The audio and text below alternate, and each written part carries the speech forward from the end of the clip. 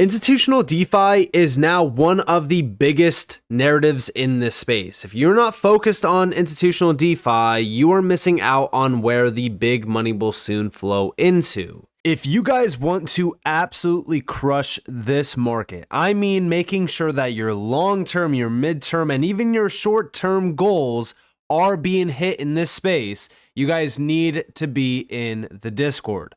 I have a complete free section and a complete paid section as well, where both sides are getting a ton of value.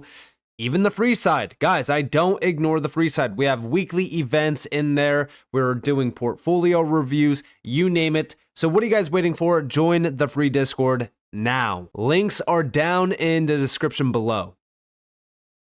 And with that being said, welcome to the channel, everyone. My name is Nick. For those that are new to the channel, hopefully by the end of this video, you do become a subscriber. So like I said, institutional DeFi is a big focus. DeFi itself, TVL wise, dropping off because of the overall market performance. I do think that TVL itself is going to grow substantially over the next couple weeks and months ahead. And I also think that as we really look at DeFi right now in the space and we look at the TVL, it kind of gives us a glimpse at what to expect once we start to see institutional DeFi initiatives heating up. When we talk about institutional DeFi, we don't address it in millions and billions. We address it in trillions to possibly even quadrillions of dollars. Now, you might be saying, Nick, you're crazy if you think $1 quadrillion is going to touch this market. And yeah, it does seem outrageous, but also when we think about derivatives and all the value tied to, real estate and debt markets and equities, all of a sudden, quadrillions of dollars doesn't seem too far-fetched. And also, I want to give you guys a quick, insight. We're not going to see quadrillions of dollars in the short term. That's more long term. But it is something that I foresee being a reality, especially as everything is moving towards digital. But enough of the rambling. Let's actually talk about a few things. Let's talk about Hedera. So DeFi protocols are starting to add up on Hedera. We're sitting at about 9 right now. Nothing too crazy when we look at, Tangent or like Bubble Swap and things like that have zero TVL tied to them. But HBAR Suite is on here, sitting at about roughly 2.25 million TVL. Sasha Swap still leading at $43.07 million. Again, TVL here still on a downward trajectory. I mean, this thing is falling off a cliff, and it is because of, like I said, the market performance.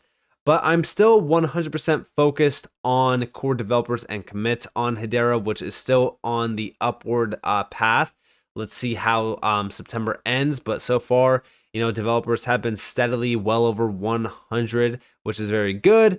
Commits still around roughly like 5,000 or so commits, which is not too bad at all for Hedera. Now, like I said, HBAR Suite is number 3 on this list, and more recently, Hedera did make a post about HBAR Suite. We have smart contactless DeFi becomes a reality utilizing Hedera's native network services to power its innovative, scalable smart node technology solution.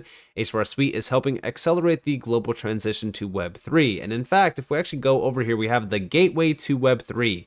Smart nodes, unlike smart contracts, which reside directly on chain, are highly customizable programs deployed within virtual machines that sit just above the mainnet layer or layer 1 and are hosted in the cloud. The team at HBAR Suite term smart nodes layer 1.5 technology due to their position just above the mainnet and able to then facilitate transactions between the mainnet and third-party applications. Because of this architecture, smart nodes can leverage cloud resources for more intensive computations, enabling them to handle much more complex tasks, which is very important. Now, again, as we really kind of start to see, things becoming a reality around institutions jumping in, enterprises jumping in, and DeFi being the focus, especially when we look at institutions, a lot of this technology that we read about in this space and a lot of the stuff that are really kind of already here for Hedera becomes very crucial.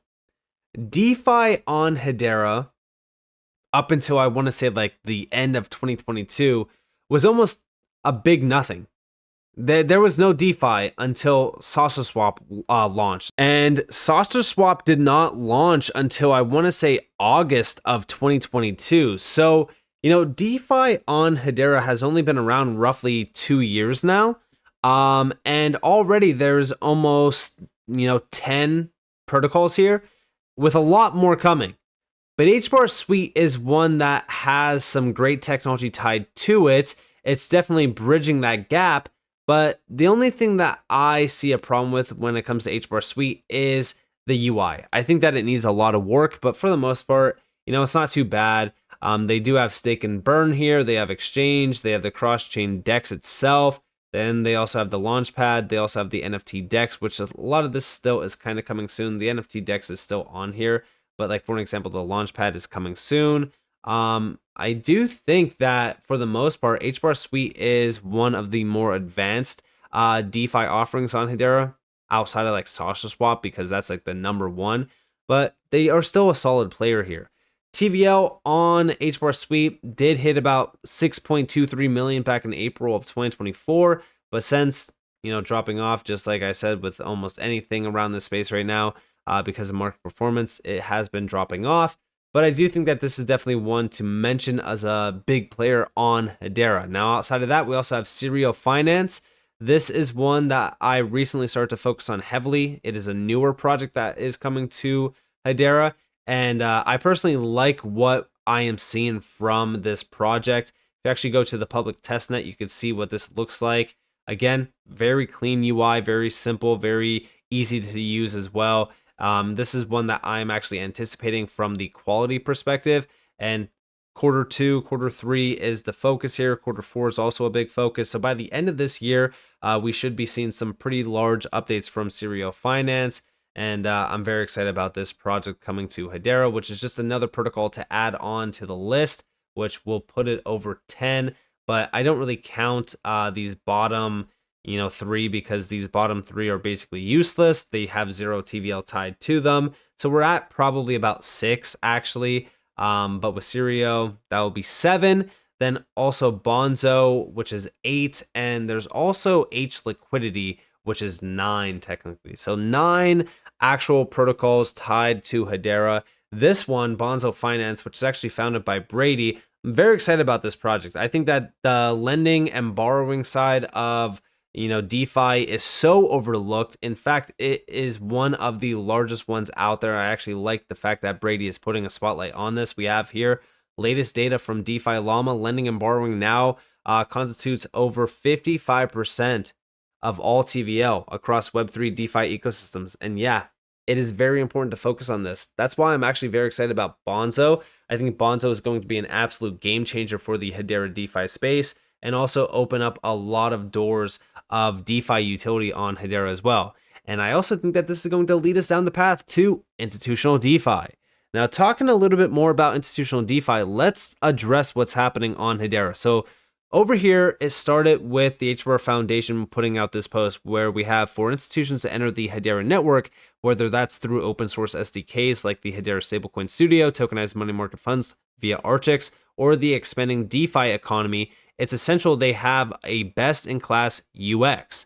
Over the past few years, and increasingly now, we've been partnering with leading institutional infrastructure providers across the Web3 landscape. This is to ensure that Hedera, the public network of choice for large-scale institutions and enterprises, can continue to capture this market and usher TradFi into the world of Web3.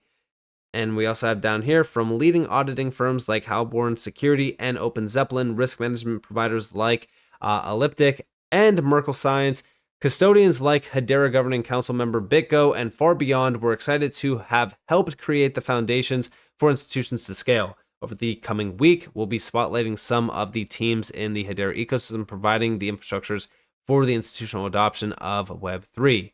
Now, talking more so about that, yeah, if we actually look at Halborn over here, we have institutional grade stablecoins require institutional grade security. That's why Halborn Security, a leading Web3 auditing firm, helps secure the open source Stablecoin Studio codebase and other applications in the Hedera ecosystem.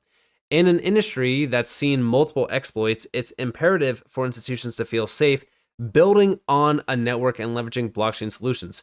For stablecoins in particular, a market currently valued at $168 billion, this security is essential. Stablecoin Studio is an open source SDK that makes it easy for Web3 stablecoin platforms, institutional issuers, enterprises, and payment providers to build stablecoin applications on the Hedera network. In order to ensure that issuers have a best-in-class stablecoin experience, HBAR brought its cybersecurity experience to audit the open source codebase and help strengthen the security of the SDK. And this is a game changer, guys. The Stablecoin Studio is a big one to focus on, especially now that we're starting to see stablecoin laws and regulations really kind of pushed forward. And a lot of the big players like Brad Garlinghouse from Ripple, or JP Morgan, and even Jeremy Allaire from Circle are now saying that stablecoin laws could be in effect by the end of this year. And guys, I don't think that I need to break it to you that it is already September. So we're getting very, very close to that time period. So we're definitely focused on this heavily right now.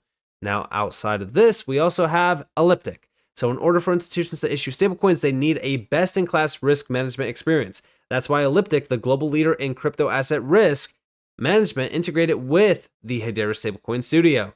By integrating the Stablecoin Studio into Elliptic's holistic screening and investigation solutions, this brings an additional layer of risk mitigation to issuers on the platform. For institutions and fintechs moving on-chain, this means advanced means of tracking the flow of money, in turn helping them mitigate fraud. Any wallets or transactions screened in the Elliptic platform will automatically trace across and between different blockchains and assets for risk, now including the Hedera network and native tokens. As stablecoins become ubiquitous for fintechs and institutions alike, we believe these new risk mitigation capabilities will further distinguish Stablecoin Studio as the go-to choice for all issuers. We're deeply excited to have Elliptic as a partner in the Hedera Stablecoins ecosystem and look forward to continuing working together with leading enterprises and institutions to enable mass stablecoin adoption. And there you have it. As we do focus on this, right? The Stablecoin Studio is a very important piece of the puzzle to me.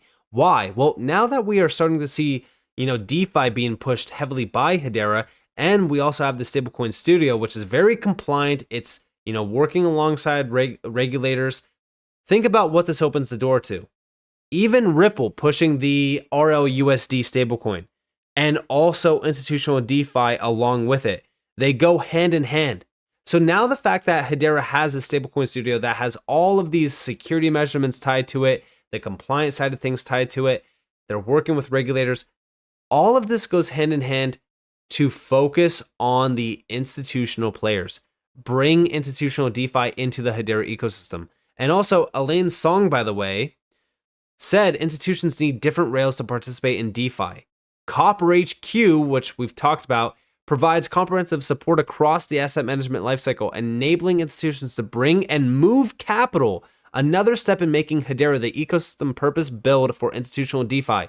Again, institutions are going all in on this space. They're going to go all in on, these big players like Hedera, XRP, XLM, and they're already being handpicked.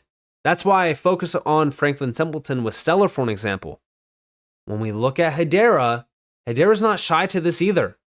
Already, if we think about this, right, Standard Bank, Shinhan Bank, Cathay Bank, they're also working with They're working with FIS, with WorldPay. Another big step in the right direction for Hedera to work with these big institutional players, enterprise giants. I mean, the future for me when it comes to Hedera is already solidified for this to be a massive institutional player in the space. Institutions, enterprises, and retail. All three are being focused on when it comes to Hedera, and they're already tapped in on all fronts. I'm very excited about the future for Hedera. I think institutions are going to bring a massive amount of capital, and that rail is already put in place with Copper HQ and Hedera, which I'm very excited about. And I think that the future is very bright, like I said. So with that being said, I hope you guys enjoyed this video. If you guys did, definitely leave a like, subscribe, set notifications on, for some more free content. You guys are more than welcome to follow me on Twitter and join the free Discord down in the description below. And with that being said, guys, it's been Nick. Thanks for watching. Peace out.